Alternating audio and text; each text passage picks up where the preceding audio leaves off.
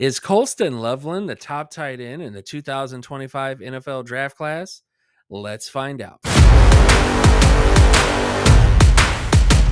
Welcome back to All Pro Football Data. My name is Jim Cobern, and today's episode, we're talking about Colston Loveland, the tight end out of Michigan, to see how he stacks up in this particular draft class. There are 3 tight ends in this draft class that have extremely high production scores to vie for the top tight end in this particular draft class, and Colston Loveland is one of them. We're going to look at his data to see how he stacks up, what are some of his strengths, what are some of his weaknesses. So let's start out the video with, first off, his offensive, receiving, and touchdown market share. Based on Loveland's data, he had a 96 percentile total offensive market share production score, a 99 percentile receiving market share score, and then a 94 percentile touchdown market share score. All of these numbers hit the All-Pro, Pro Bowl, and starter averages at the position. Most of the tight ends in this class are hitting those areas. The top 3 tight ends, from Tyler Warren to Loveland to Harold Fanning Jr., all of them are exactly the same in this particular analytical pattern. When you get to touchdown percentage and yards per reception, this is where Loveland falls off a bit. His touchdown percentage was 47. His yards per reception was 41. And when you take a look at the All-Pro averages, the Pro Bowl averages, and the starter averages, he doesn't hit above the averages there. He is close to the starter averages in his touchdown percentage, but his yards per reception is nowhere near the averages for All-Pro, Pro Bowl, and starter players. However, he does have a great age and competition score. When you take a look at his age, he was at 98 percentile in his age. He was 99 percentile in his MSA rating, and then 96 percentile in his pass score. He's a young tight end who was productive in the big 3 metrics that matter at the tight end position, but where he misses the mark comes down to his efficiency scores. The biggest area to highlight where this shows up is when you take a look at his first down, second down, and third down data. This is abysmal, guys. Now, a big reason why these numbers are the way that they are is because Michigan was more of a run-heavy type of football team. They weren't passing the football a ton there. Loveland had a great market share score, but that was because he played in a run-heavy offense where he was a primary target in passing situations because they didn't pass the football a whole lot.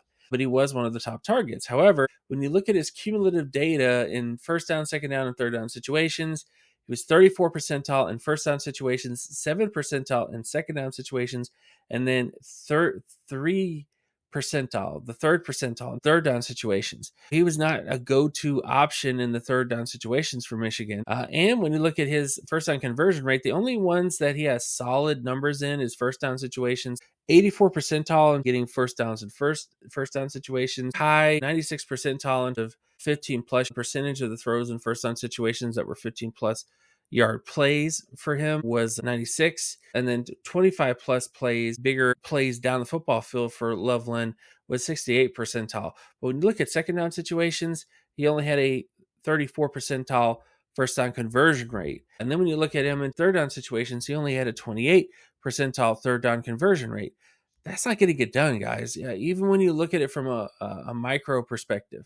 Again, take out the fact that he just didn't have a lot of reps in third down, second down, and first down situations because of the offense he was playing in.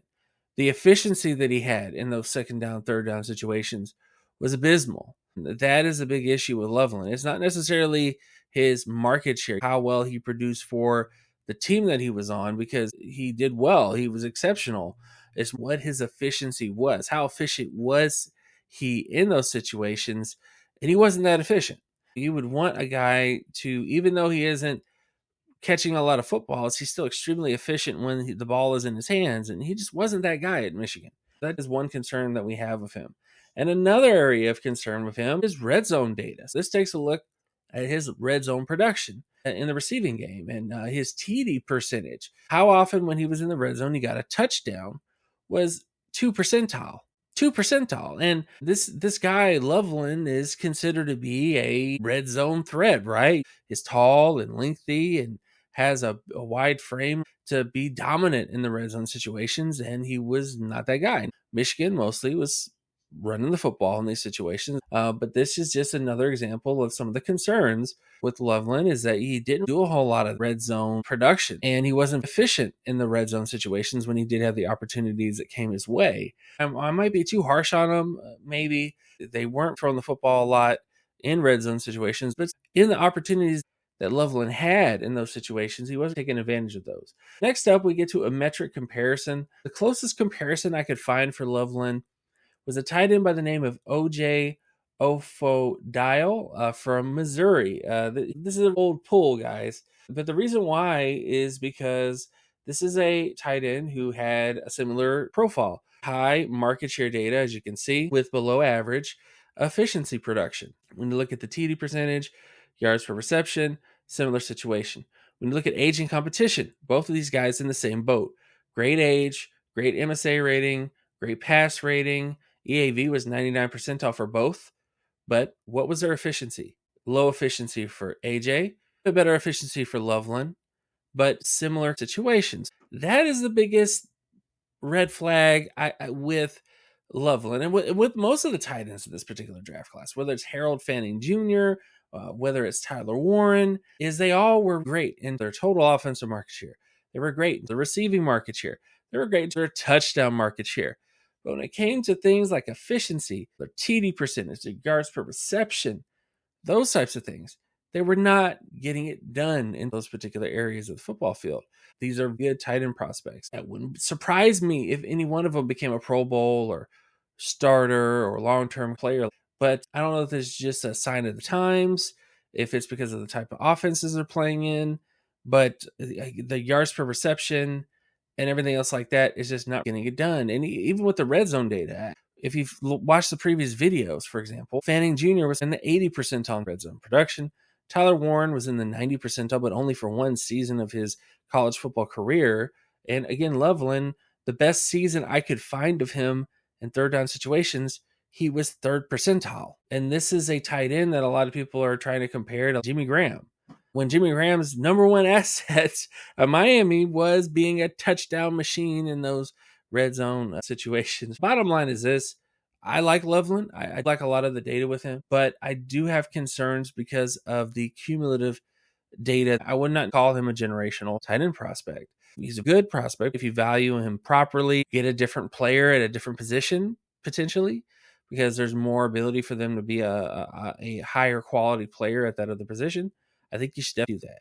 So with all this stuff out of the way, thank you guys so much for watching. Of course, my name is Jim Cobern.